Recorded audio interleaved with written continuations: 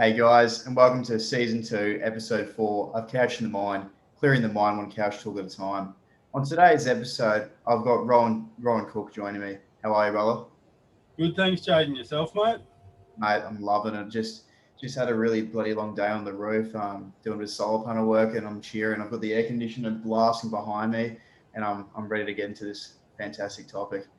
So, what we're going to be going on today is alternative healing, and the reason why I've named it this particular name is because for Rowan, a lot of his work and passion comes through shamanism. I'll let him explain it very soon, but it's a bit of an alternative way of healing and getting through things, whether it be mentally or you've suffered from PTSD or things along the line of that. Because you hear, like, if someone says to you, if you're going through a difficult time, maybe it's worth going seeing a health professional. All you think about is just streamline alternatives. So you probably think of a psychologist, a counselor, or seeing like a doctor and get medicated. So this is a different, probably more of a natural approach, and I think it's definitely something that people should be more aware of. That there aren't just the streamline answers, but there are other ways of getting through things if you're struggling. So as always, guys, Rowan may mention something today that you might not be, you might take offence to. And if that's the case, please feel free to stop watching the video. Otherwise, continue to watch it and enjoy. But that's all from me, and I'll hand it over to Rowan. And I guess where we could probably start is how you got into shamanism, your like little journey before that, and maybe briefly define shamanism for those who don't know. Yeah, thanks for the intro, Jaden. So like a lot of people that start to have a bit of an interest in mental health, and it generally comes through a personal experience. I was in my early to mid 30s, and I'd followed the status quo. After we had our child at 28 years old, I was a bit of a loose unit before then, and I thought it was time to toe the line. So I got into the full-time job, and then got in that mindset of, you got to get promoted, you got to keep doing things to climb the ladder, to earn more money, to provide a better life for your family. Along the way, like a lot of us, I lost sight of what I was doing it for. And I'm an ambitious guy by nature. And as I kept going for these next levels in jobs, like I'd get on the tools, then I'd get into a management position, then I'd get into a regional management position. And all this time, my vision was set on doing the best thing for my family, but the people that were suffering from it was myself and my family. Like, there was a time when my daughter was 1 year old, and I left work in the morning before she woke up, and I got home at night after she was in bed. So the whole reason I started on this quest of working so much more and pushing myself harder was the exact thing that was suffering. Working those kind of hours, it couldn't go on forever. And around sort of my early 30s, like I'm over 40 years old now, around my early 30s, I really started to hit the wall. I basically wore myself down to nothing. And then with that, I started drinking too much. I was probably eating not the best foods as well. I started becoming self-destructive with it all.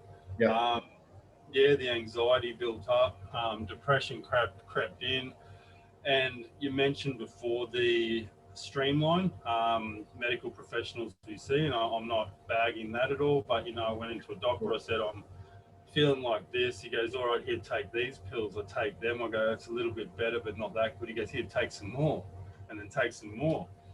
And this really snowballed to a point where back in 2004, it was, I'm pretty sure, I was actually hospitalized twice through bad reactions that the anti-anxiety medication had with me and the antidepressants had with me. And, at one point there, an ambulance was called out to our house because my wife thought that I was having a heart attack. My speech was slurring. Jeez. Um, yeah, mate, my health hit rock bottom, absolute rock bottom. And I was put in hospital and put on monitors to find out what was going on. And they couldn't find out what was going on. So I got off the medication, things started becoming normal again. Then the anxiety got bad again, medication, back in hospital again. So the standard system wasn't really working for me, and everything you mentioned before, counselors, psychs, all of that, tick, tick, tick, did them all. Yeah. Mate, didn't do anything. Literally, just it made me actually start questioning my own self worth and questioning, well, am I just broken? All these people that have got these really cool certificates on their walls are telling me that this should fix it, and it's not. If anything, it's masking it or just dulling my emotions and everything in life. Yeah. Um, And so so I'm just going to quickly butt in there, but what made you find that light at the end of the tunnel and kind of break out of this reoccurring cycle of seeing professional help, getting back on the medication, temporary fix, and then going back to the start again and continuing that journey? Um, Man, it was pretty soul destroying at the time. Hey, it was just up and down. But the thing was, so many people around me, around my age, and other people I know, especially blokes, were doing the same thing. So I started to think, well, maybe it's just something everyone deals with. Maybe like I didn't know a whole lot of really happy people that were just living healthy lives and had that balance in place. And at that point, it was when my wife suggested to me, have you ever heard of a shaman? Have you been to a shaman? And long story short, I went and saw my first shaman. I was pretty skeptical. At the time, I did a bit of Googling. We all know how many bum steers Google can throw us. Mate, I have self-diagnosed myself that many times through Google. Like if I see a lump or a bump on my arm, and then you always think worst case scenario, or it just leads you in the wrong path. Yeah, it had me thinking, and it was back to the old thing, am I just broken, am I a dud Yeah. model? Um, and yeah, then you start questioning, well, is there a fix to it? I went and saw this shaman. I was expecting to walk in, someone feathers coming off their head, like witch doctor, everything. It was this little white lady in normal clothes and everything. And we talked through a bit of stuff, and I went through the shamanic healing treatment. Was absolutely blown away in that 2 to 3 hour time what she was able to tell me about my past that I hadn't even remembered. Wow. Yeah, things that had happened at different ages were triggering certain behaviors and limiting patterns. Yep. Um, and also talked about animal spirits and breathing in these other energies and abilities. And I left there feeling a lot lighter, but it was the 3 to 4 months to follow that it's like my own ability started to open up, and my own vision of there being a brighter future just started to open up from there. So that's how it all kicked off. It's incredible, mate. And for those who don't know much about shamanism, the whole process, how does that come about? Okay, so to break it down in a nutshell, everyone does it a bit differently. Yep. And the funny thing is, with this, it doesn't require a belief in a certain religion, a certain spirit, anything like that. I've had tradies come in that don't believe in anything and all that, and they've walked away with amazing benefits. So basically, you talk about some emotions that are plaguing you or really being heavy on you that you want to let go of out of your life. You want to talk about some emotions and feelings that you want to bring into your life, things that you like, happiness, joy, abundance, things you want to get out like sadness, depression, anxiety. You have an intention for the session, like I'd like to feel freer, I'd like to get through the day without feeling under pressure. Yep. Um, and then it's not a full counselling session. Then you lay on a bed, you have a blanket put over you, and you basically lay back and enjoy the ride while I go to work or while the shaman goes to work. And that experience, you'll hear rattles, you'll smell different oils, smokes like sage and different things. You'll hear a lot of drumming, and yeah, and some weird noises. There's no touching or anything freaky like that. Totally safe environment, and if at any time you feel uncomfortable, you can put your hand up and we sort of stop it. Yep. Um, and yeah, it goes about, to put it in the best Western term, it extracts the crap, the energy blocks, the even physical injuries it can extract, and then it brings in greater ability for you to move forward and achieve what you want to achieve. Wow.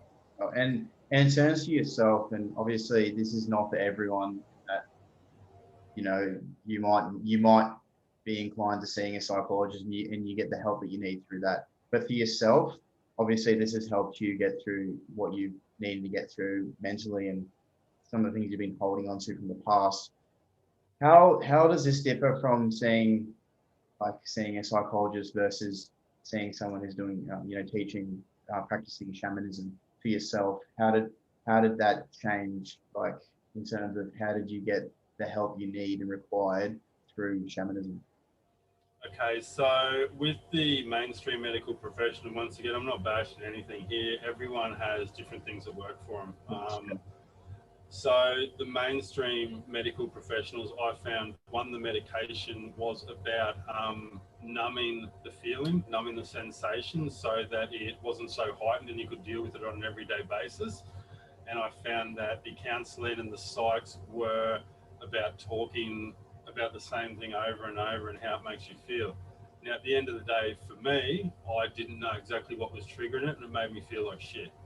Um, End of story. I could put that as many different ways as I want, but it was that was the crux of the story.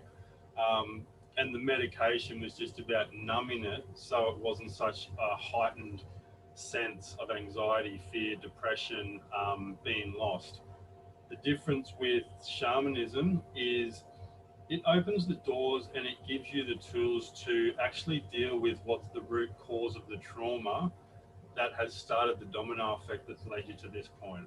Yep. Um, so this might sound a bit out there, but for example, a client I saw the other day, it's like, all right, so we went into the trance, into the soul rooms, and something happened when you were 9 years old that made you distrust all people in a position of authority.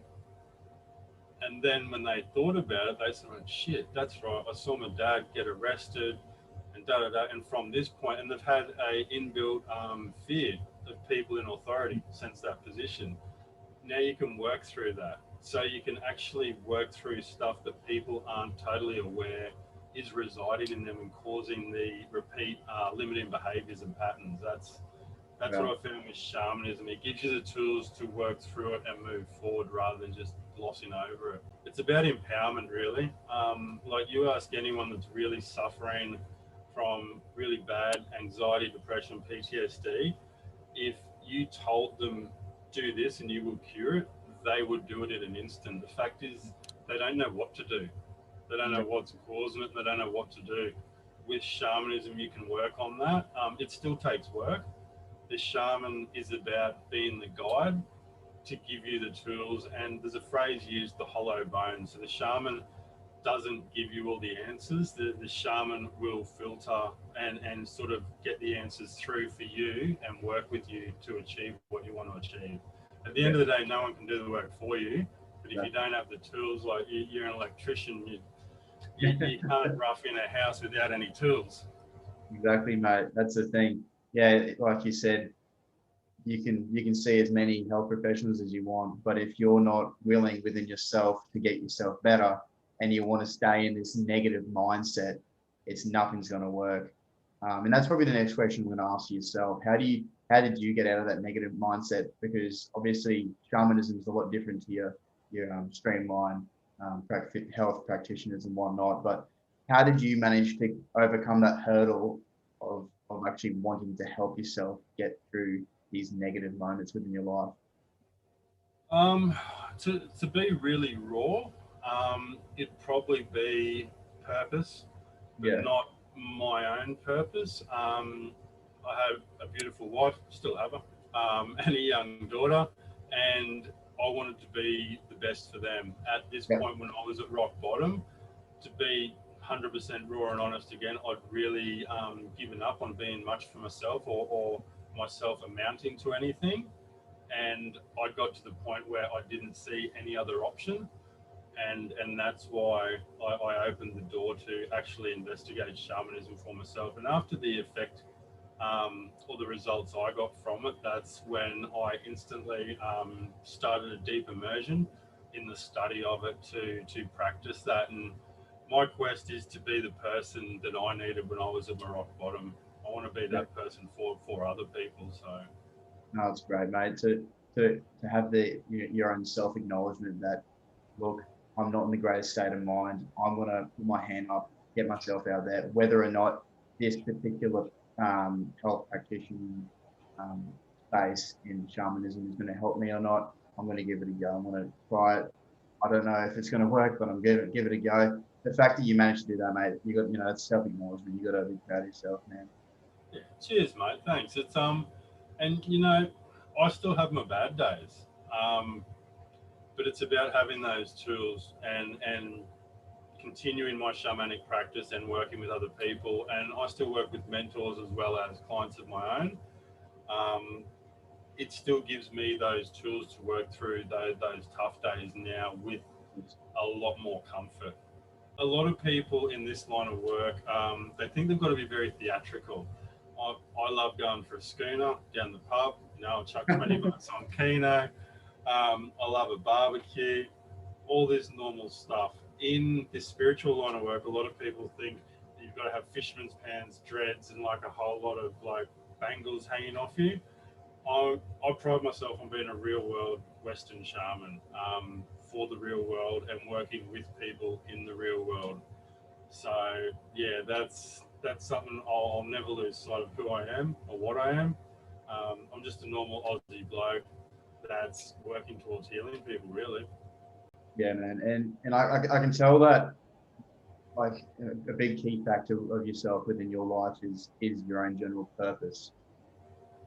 Finding that general purpose, it's obviously a very difficult thing. You come out of school and all you've been taught and given is a crux of going to uni, doing well at uni, starting a full-time job, those sort of things. That we see that as the most important thing coming out of school.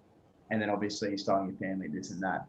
But they don't really teach us about your own general purpose and where your kind of life leads into. How did you manage to find your own general purpose? And for those who may be struggling with that, how do you overcome that hurdle and manage to find general purpose? Um, that's a really good question, and it's still changing and evolving.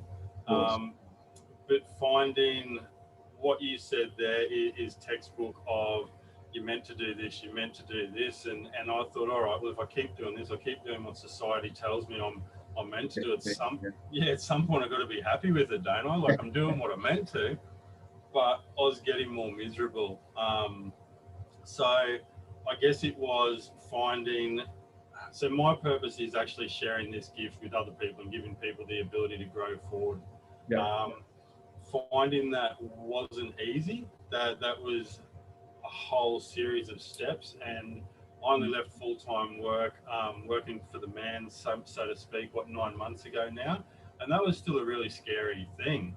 Um, but at that time, I wasn't getting any joy out of working for the man, and when I was doing the odd shamanic appointments here and there, because I was doing sort of juggling a few things at once, the feeling that I was getting through being of service back to other people, um, absolutely it blew me away.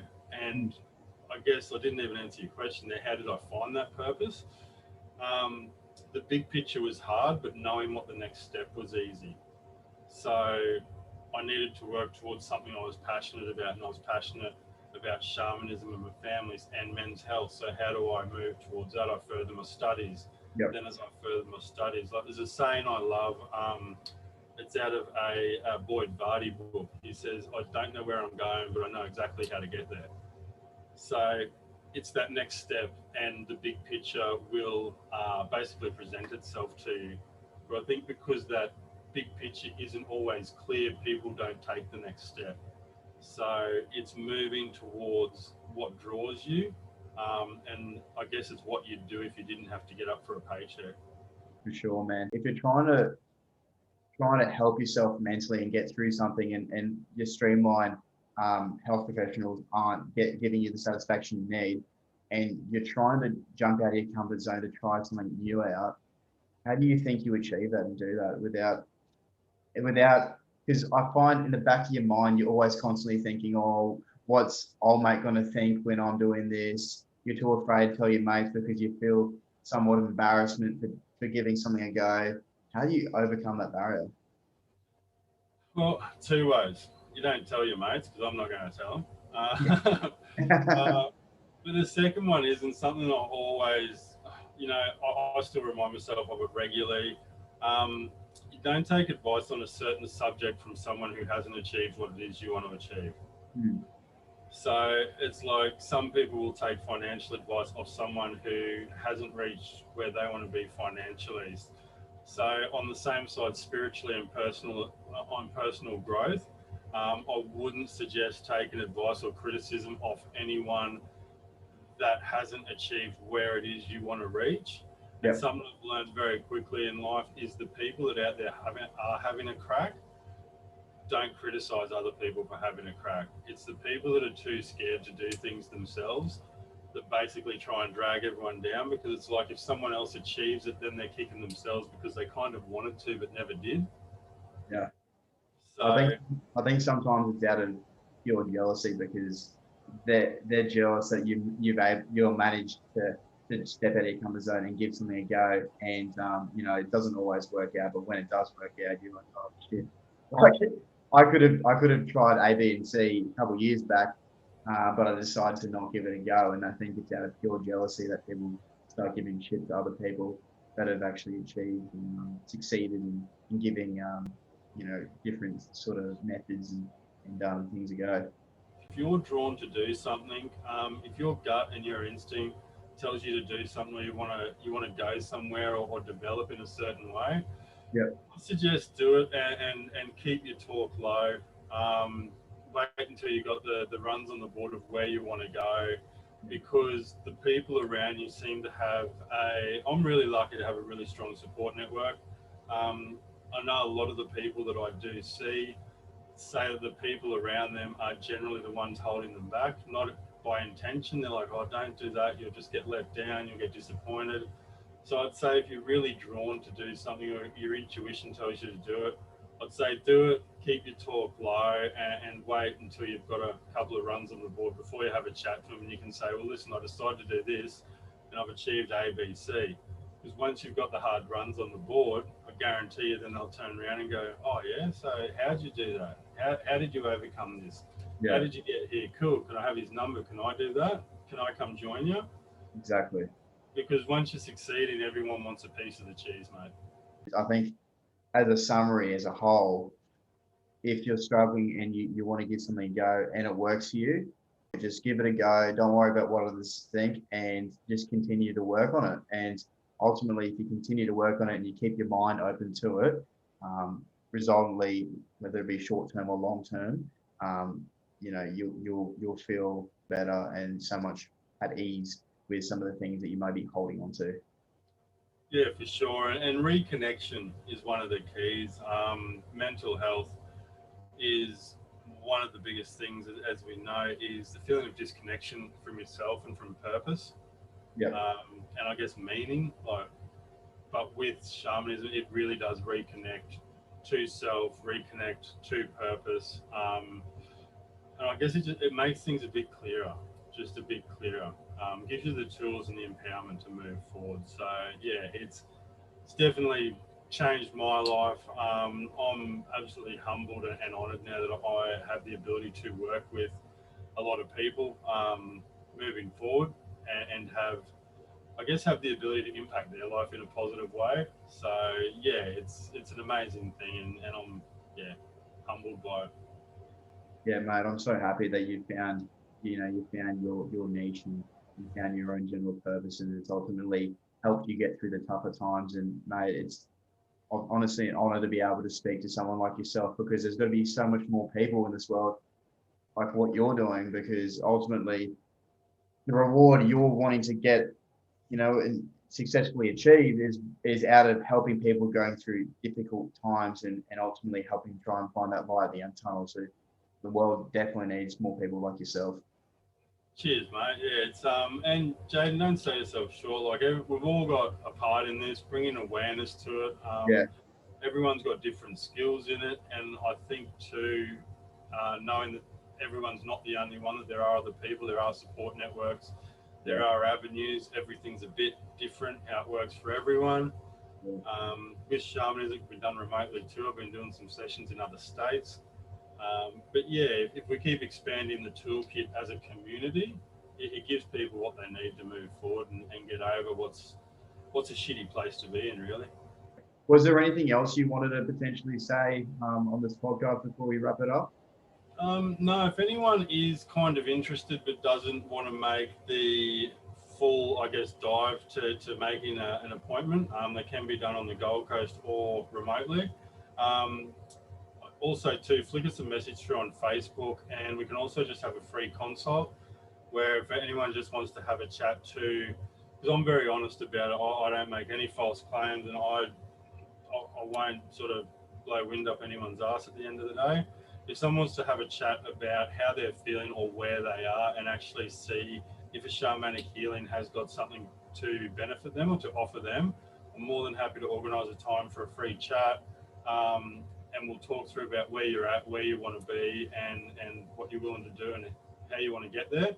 And I'll be very open and honest about what shamanic healing can do to help you get there.